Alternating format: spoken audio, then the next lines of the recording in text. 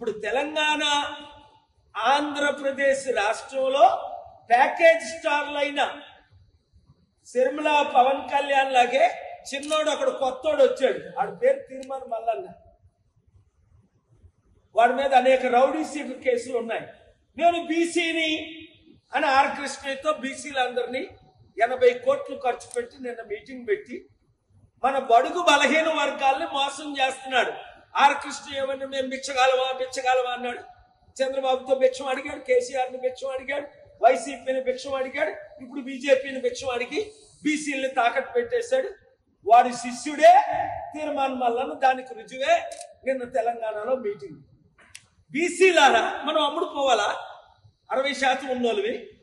నేనున్నాను కదా, ఎవ్వరికి అమ్ముడుపోని చిరంజీవిలాగా అమ్ముడుపోలేదు కాంగ్రెస్ కి, పవన్ కళ్యాణ్ లాగా తెలుగుదేశం బీజేపీకి అమ్ముడుపోలేదు.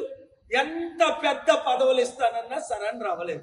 ఇప్పుడు తెలంగాణ ఆంధ్రప్రదేశ్ రాష్ట్రంలో ప్యాకేజ్ స్టార్లైన శర్మిల పవన్ కళ్యాణ్ లాగే చిన్నోడు అక్కడ కొత్తోడు వచ్చాడు. వాడి పేరు తీర్మాన్ మల్లన్న. వాడి మీద అనేక రౌడీ సీటర్ కేసులు ఉన్నాయి.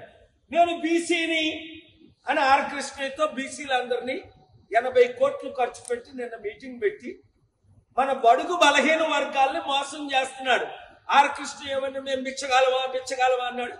చంద్రబాబుతో భిక్షం అడిగాడు, కేసీఆర్ని భిక్షం అడిగాడు, వైసీపీని భిక్షం అడిగాడు, ఇప్పుడు బీజేపీని భిక్షం అడిగి బీసీలని తాకట్టు పెట్టేశాడు.